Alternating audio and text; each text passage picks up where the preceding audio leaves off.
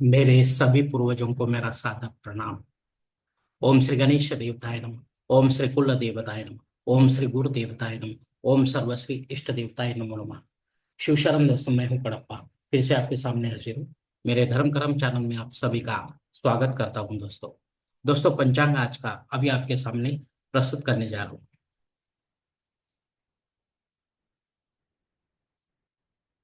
दोस्तों, आज तारीख 1 अप्रैल 2025, शैलवान शक 1947 संवत्सर विश्वावसु, आयन उत्तर, ऋतु सौर वसंत, मास चैत्र, पक्ष शुक्ल,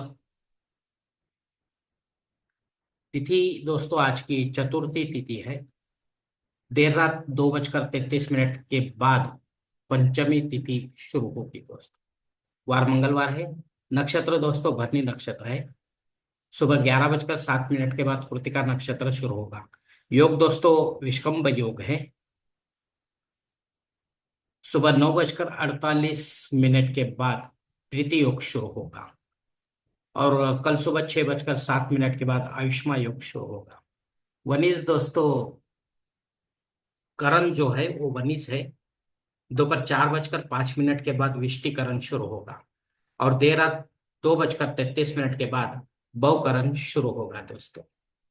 प्रमुख ग्रहों की राशि स्थिति सुबह 5:30 कुछ इस तरह होगी।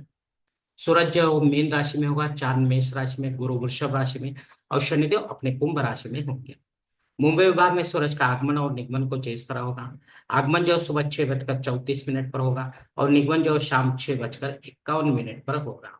दोस्तों, इसी पंचांग के आधार पर अब हम आज के पूजा के लिए संकल्प छोड़ने जा रहे हैं। तब आप आपके दाहिने हाथ के हथेली पर थोड़ा सा जल, थोड़े अक्षत, एक फूल या फूल की पंखुड़ी लिए दोस्तों, और ये संकल्प जो है बोलना शुरू कर दें।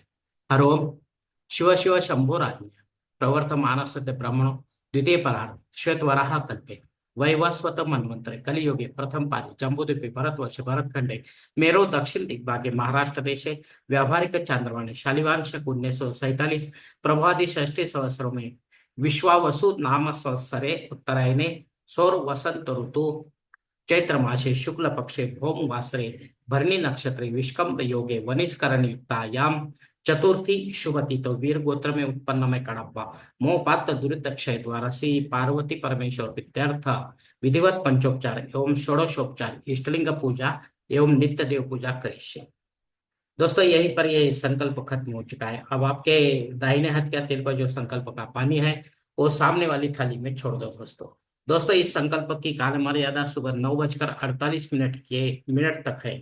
इस समय के बाद भी अगर आपको किसी धार्मिक विधि की संपन्नता के लिए संकल्प छोड़ना है तो कृपा करके आप ऊपर के बदले हुए पंचांग का सहारा लेकर नया संकल्प तैयार करें, और उस संकल्प में आप जो करने जा रहे धार्मिक विधि उसका उल्लेख अवश्य करें। तब जाकर आपकी ये धार्मिक सेवा संबंधित देवताओं तक पहुंचेगी और उनका आशीर्वाद आप तक पहुंच जाएगा। आपका जीवन और भी सुलभ बन जाएगा दोस्तों। दोस्तों, अब मुहूर्त विभाग में देखते हैं।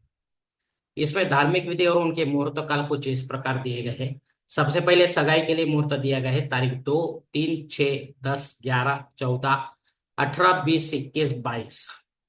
गोद भराई के लिए मुहूर्त दिया गया है तारीख 3, 6, 11 और 18। नामकरण करने के लिए मुहूर्त दिया गया है तारीख 2, 6, 10, 14 और 20। मुंडन करने के लिए मुहूर्त दिया गया है तारीख 3, 6, 14 और 24। गृह प्रवेश करने के लिए मुहूर्त दिया गया है तारीख 2, 3, 5, 10, 14, 18, 20, 21। अब मुहूर्त के दूसरे भाग में भी देखते हैं दोस्तों। जनेऊ संस्कार के लिए मुहूर्त दिया गया है तारीख 2 और 7। शादी ब्याह करने के लिए मुहूर्त दिया गया है तारीख 14, 18, 19, 20, 21, 22 और 25। देवमूर्ति की प्राण प्रतिष्ठा अगर करनी है आपको तो इसके लिए मुहूर्त दिया गया है तारीख 2, 3, 10, 14, 20, 21, 24, 25। दोस्तों, इसमें आप सभी देवी देवताओं की मूर्ति की प्राण प्रतिष्ठा कर सकते हैं, लेकिन विधिवत करें और पंडित के माध्यम से करें और देव काल में करें। अगर घर पर करना है तो इसके लिए कुछ हटके नियम है दोस्तों, वो पंडित के माध्यम से आप जान लें। और मंदिर में करना है तो कोई बात नहीं है दोस्तों, क्योंकि घर पर अगर आप देवघर में कोई मूर्ति रखते तो उसके ऊपर आपको कंटिन्यूअसली आपको अभिषेक लेना जरूर होता है संबंधित देवताओं का। और ये प्राण प्रतिष्ठा करेंगे तो दूसरे दिन से आपको अभिषेक शुरू करना पड़ेगा। अगर आप अभिषेक नहीं लेंगे तो ये प्राण प्रतिष्ठित मूर्ति भी खंडित मानी जाती है और उसका विसर्जन करना पड़ता है दोस्तों। इसलिए आप सोच समझ कर कुछ निर्णय ले दोस्तों। मंदिर में वैसा होता नहीं, मंदिर में पुजारी के माध्यम से रोजाना सुबह दोपहर शाम अभिषेक युक्त पूजा अर्चा होती रहती है। इसलिए हमें मंदिर में ज्यादा प्रसन्नता मिलती है दोस्तों। मूर्ति भी हमें प्रसन्न लगती है, हमारी कुछ मनोकामनाएं भी पूरी होती है दोस्तों, क्योंकि वहां पे पुजारी के माध्यम से ये सब चलता है दोस्तों। दोस्तों ऊपर दिए गए कुछ मुहूर्तों की तारकों में समय की पाबंदी हो सकती है। कृपया उसे जानने के लिए आप मुझे कमेंट्स बॉक्स में पूछे या फिर कोई अच्छे से पुरोहित से या पंचांग धारक से संपर्क करें। तब जाकर आप अपने जन्म कुंडली के हिसाब से आपके लिए कोई अच्छा सा मुहूर्त चुने, ताकि आपकी विधि में कोई बाधा ना आए और विधि का पूरा पूरा फल आपको प्राप्त हो। और अगर ऐसा मुहूर्त आपको नहीं मिल रहा है तो फिर आप खुद हो के भी आप पंडित के माध्यम से नया कोई मुहूर्त निर्माण करने की कोशिश ना करो, क्योंकि वो मुहूर्त मुहूर्त नहीं रहेगा तो उसका आपको कुछ भी फायदा नहीं होगा दोस्तों। दोस्तों पंचांग में दी गई और कुछ महत्वपूर्ण जो जानकारी है वो अब हम देखेंगे। पंचांग शुद्धि नहीं है दोस्तों। दिन विशेष में दोस्तों विनायक चतुर्थी है और ये अंगार योग है क्योंकि मंगलवार को आया है। तो जो भी भक्तगण गणेश भक्तगण इस व्रत का आचरण कर दे उन्हें नियमों में रहकर आचरण करना चाहिए दोस्तों। तब जाकर आपकी सेवा जो है गणेश बापा की चरणों में जाकर गिरेगी दोस्तों। चतुर्थी श्राद्ध कर्म भी है दोस्तों। अगर आप के कोई पूर्वज आपको छोड़कर इस तिथि पर परलोक सिधार गए तो उनके नाम से आपको पिंडदान युक्त श्राद्ध कर्म करना जरूरी है। चाहे घर पर करे या तीर्थ क्षेत्र में करे, लेकिन पंडित के माध्यम से करे, विधिवत करे और अपराह्न काल में करे, तब जाकर आपकी ये पितर सेवा आपके पितरों तक पहुंचेगी और उनका आशीर्वाद आप तक पहुंच जाएगा। आपका जीवन और भी सुखमय बन जाएगा दोस्तों। दोस्तों देर रात 2:33 के बाद तख्त योग शुरू हो रहा है। ये जनन शांति के संबंधी में है दोस्तों। जनन शांति, जो भी बालक पैदा होगा इस काल में उसकी जनन शांति 12वें दिन करनी होती है। और आगे जाकर इसका मुहूर्त निकालना पड़ता है दोस्तों। और पंचांग बदल जाएगा तो हम सब भूल जाते हैं दोस्तों। इसलिए आपको ये जनन शांति की क्रिया अवश्य करनी चाहिए पंडित के माध्यम से दोस्तों। दोस्तों दोपहर 4:06 से लेकर रात देर रात 2:33 तक भद्रा योग है।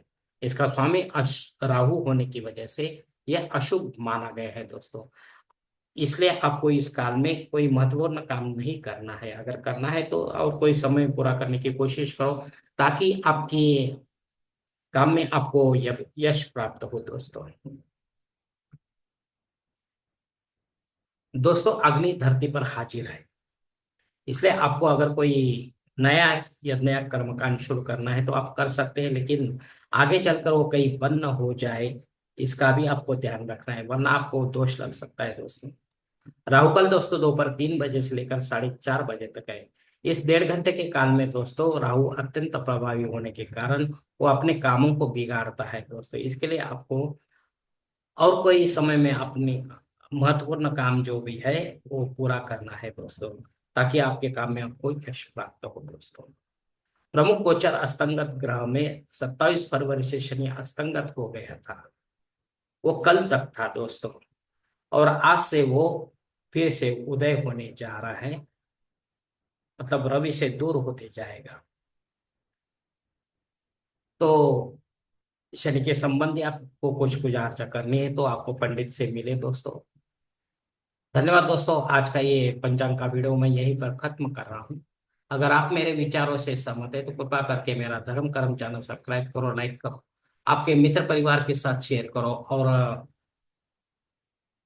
आपका आपकी राय जो है वो कमेंट्स बॉक्स में दो दोस्तों। और मेरा अगला वीडियो आप तक पहुंचने के लिए बेल बटन का अवश्य दबाएं। धन्यवाद दोस्तों। हमारी अगली मुलाकात होने तक आप खुश रहे, आनंदी रहे और प्रसन्न रहे। हरि ओम। शिव शंभू महादेव।